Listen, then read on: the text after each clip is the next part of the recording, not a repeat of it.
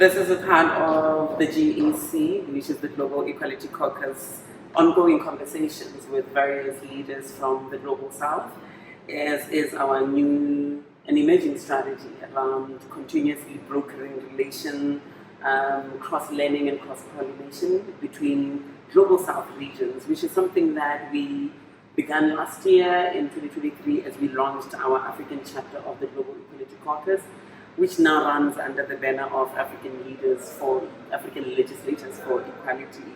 And it's exciting that I'm going to be having this conversation with somebody that I revere, and I think globally you have done incredible work. My name is Ymania Ricki Kgositau for the purposes of this conversation, and I'm here with the co-secretary general of the ILGA World Board, and yeah, we're going to be having a conversation about your experiences, your expertise, as well as just what your own observations that then give direction to what strategy look like insofar as advancing LGBTI people's human rights at a global level, and also as a global trans leader yourself. So I'm excited, Ymania, to be having you today. Well, thank you very much for that.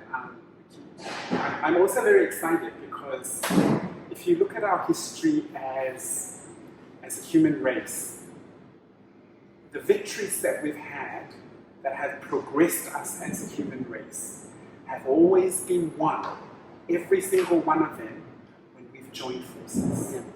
You know, when we've joined forces, you cannot win a victory by yourself. You have to get people in to come and support you, and that's my purpose. I bring the ILGA World network. I bring the Pacific network. I bring the global trans community network to the work of the Global Equality Caucus, because you are at the precipice of dealing with parliamentarians that ultimately will change laws for our people, for my people, for the LGBTIQ community in the globe. You know, so I'm very excited to be here. My name is Ymania Brown. I am the Co-Secretary General of ILGA World, the first trans woman to actually lead an international LGBTI organization, and a trans woman of color as well. And secondly, I'm from the Pacific, which is a region that has a very rich heritage in terms of LGBTI populations and indigenous LGBTI populations that are often not covered in Western constructs.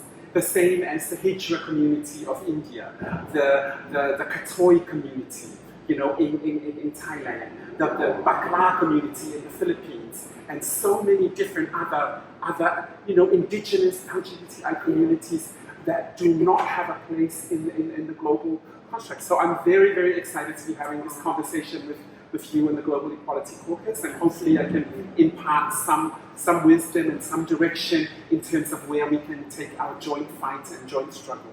Absolutely. I think it's important to mention the fact that what also brings you and I into this conversation is the fact that the Global Equality Caucus will be hosting a global convening alongside the ILGA World Conference this year that's going to be here in Cape Town, where we're sitting in this beautiful city in November of this year. And I think the greatest of what has come out of the development of now putting together this convening has been on what really will be at the core of this convening. What is it that we're bringing these legislators to speak about, and what is it that's going to be a value add? Because, like you said, I think both of us have said in so many other fora globally and even at regional level that continuously it's just talk shop on LGBTI inclusion, on LGBTI equality. And as such, this time around, what was then important was to be able to say, hold on, the Global South actually has quite a lot of developments that we've been picking up. Places like Brazil in Latin America have also then come on board. Now in Africa, we've just recorded the wins that we've had in Mauritius.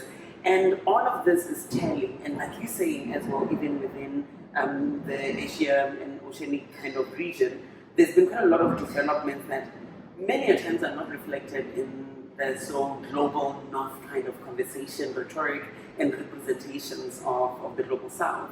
And it is why then we have this at the core of this convening, that we want to hear more of our Global South counterparts speaking to each other. We want to hear a Latin American legislator and an African legislator and an Asian African legislator speaking to what is it that they can learn from each other.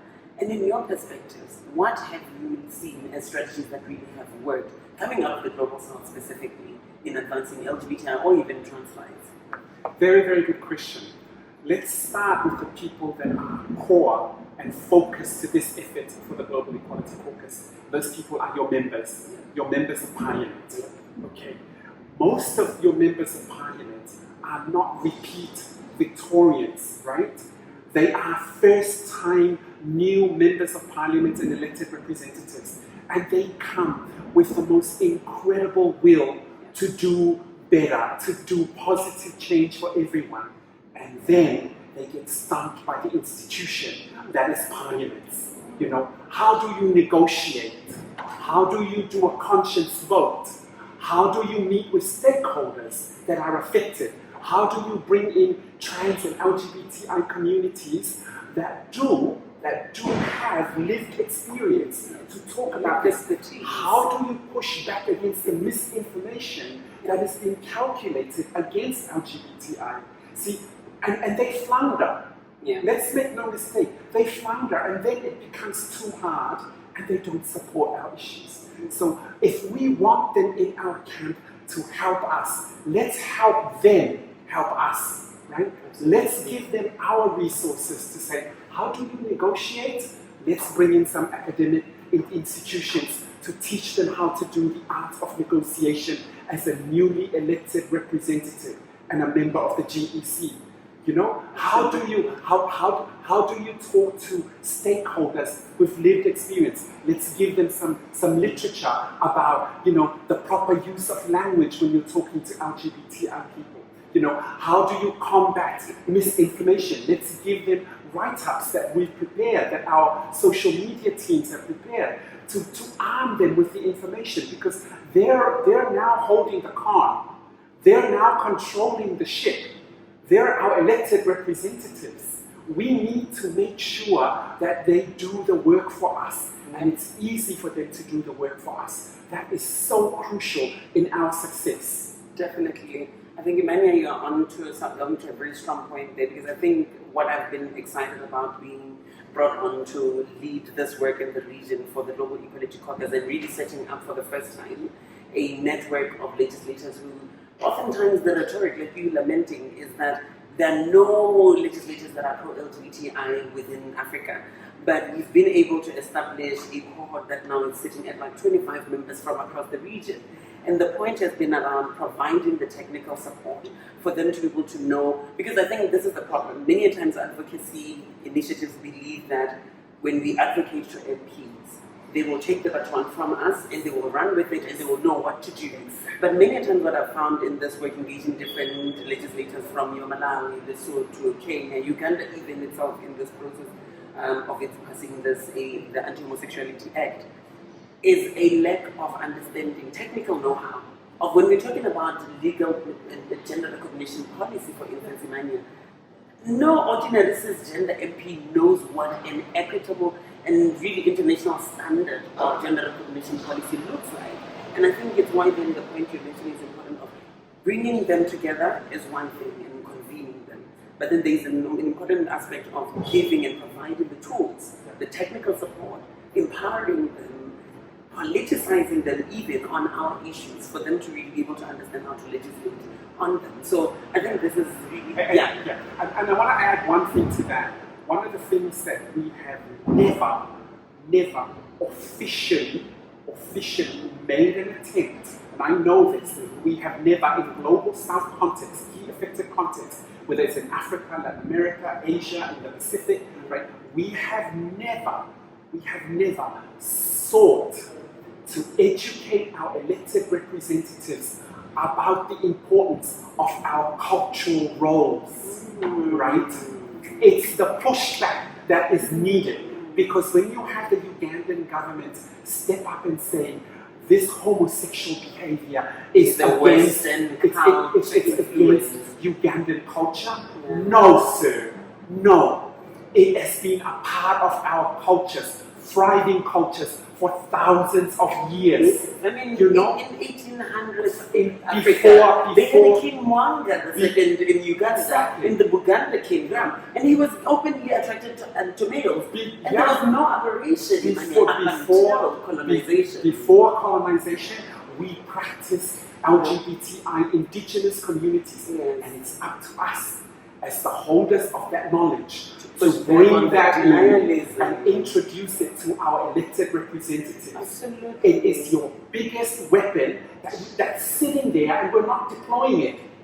Whereas there's evidence and literature to that effect that actually, I remember, like I was saying to you, it's the most preposterous thing that Uganda has in a claim that homosexuality is anti-African. But the King Mwanga II was a homosexual in practice, who had no social repressions whatsoever up until the colonialists entered into Uganda. Now imagine, and now imagine it's a whole denialism of the history of diversity.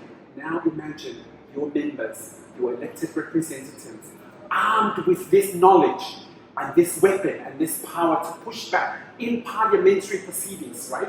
When the opposition start carrying on about this is against Ugandan culture, this is against Rwanda culture, this is against Ethiopia culture, this is against Samoa culture, our elected representatives can then say, hold up, hold up, let's go back, and that's the narrative that's missing with our elected representatives.